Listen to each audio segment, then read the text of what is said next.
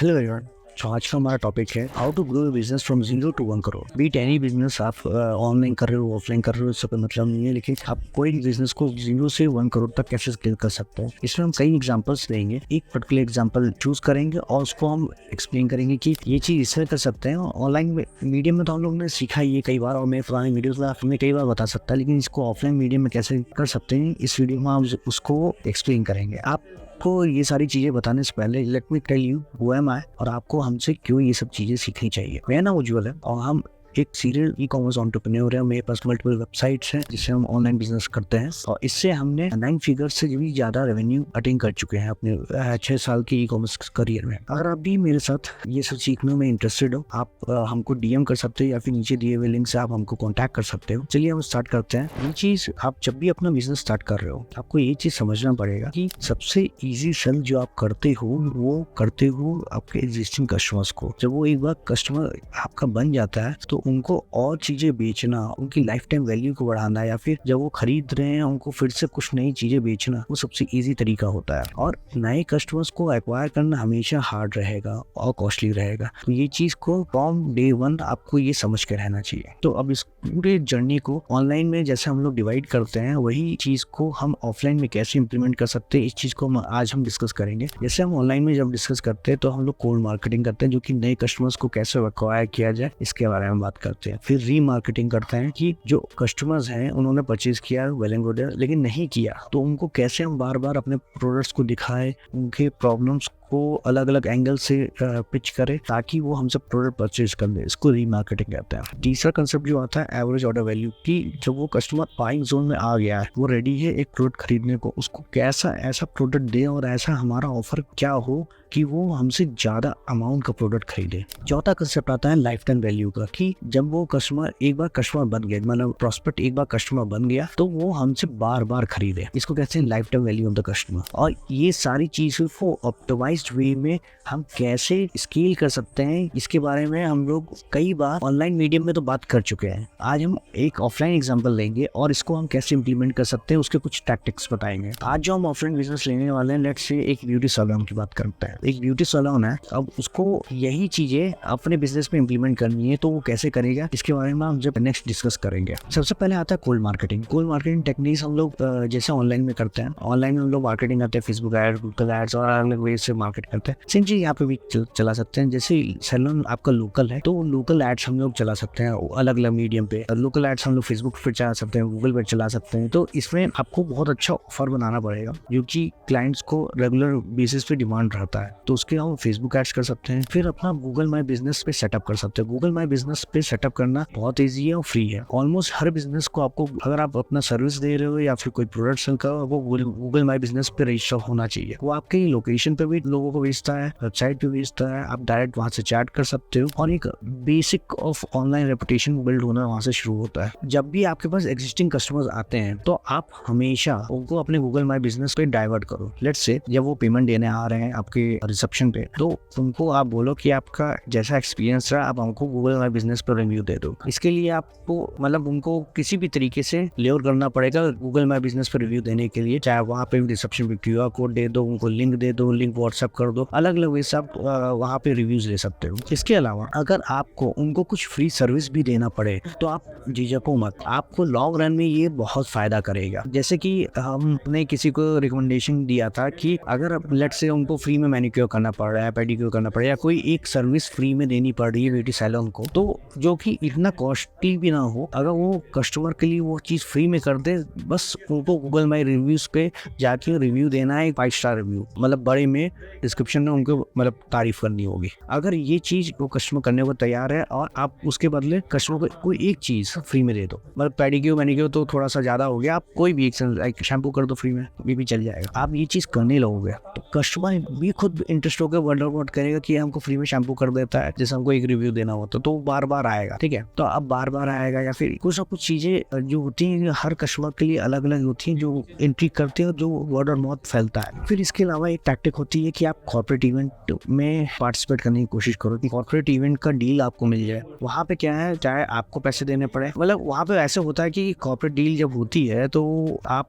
को अच्छा खासा अमाउंट मिलता है कि जो वहाँ पे आ रहे हैं उनका मेकअप करना है या इस तरीके से कॉर्पोरेट डील मिलती है। लेकिन लेट्स से अगर आपको कभी स्पॉन्सर बनना हो, अगर आप अफोर्ड कर सकते हो, नहीं तो आप बहुत ही कम प्राइस में, जो कि उनको बाकी कॉम्पिटिटर्स मिल रहा होगा, बहुत ही कम प्राइस में जब आप उनको पिच करोगे आपका जैसे सैलून का सर्विसेज, तब वहाँ पे होगा क्या कि एक बार जब डील क्रैक हो जाती है, भले वो पैसा आपको छोटा अमाउंट रहा है, लेकिन उनसे जो डील करो तो आपको ये रखो कि भाई आपको एक स्टेज पे अवार्ड दे या फिर कहीं पे आपको फीचर कर दे, मतलब कुछ भी लेवरेज ऐसा रखो कि जो आप का ब्रांड नेम पे लेवरेज ले सको। चाहे आपको एक जो वहाँ पे चीफ गेस्ट आ रहे हैं उनसे अवार्ड दिला दे, तो होगा क्या कि आपका ब्रांड नेम बढ़ेगा या फिर आपके ब्रांड का नेम बढ़ेगा या फिर आपका पर्सनल नेम का ब्रांड बनेगा। चाहे दोनों चीज बढ़े, आपको फायदा होगा। लेट्स से आपको चीफ गेस्ट का अवार्ड मिलता है तो आप उसको बड़े बड़े बैनर्स में, पोस्टर्स में अलग अलग लगा सकते हो। वहाँ पे अपना ब्रांड, अपने आप को प्रमोट करो कि आपको मिला है अवार्ड। आप क्या करते हो, आप इसके ओनर हो, आप यहाँ पे आइए, विजिट करिए। इस तरीके से करके अलग अलग टैक्टिकल का आप अपने सैलून का प्रमोशन कर सकते हो। अब जो कोल्ड ऑडियंस की अलग अलग तरीके से हमने तो बात कर ली, अब आते हैं रीमार्केटिंग की। ये चीज आप समझो कि जितनी भी लीड्स आपके पास आ रही है, उनसे आप ईमेल आईडी भरवाओ, उनसे आप फोन नंबर लो, उनसे फेसबुक पेज पे साइन अप करवाओ और अलग अलग वे से उनसे कनेक्ट करो। उनका बर्थडे कहाँ पे कब आता है,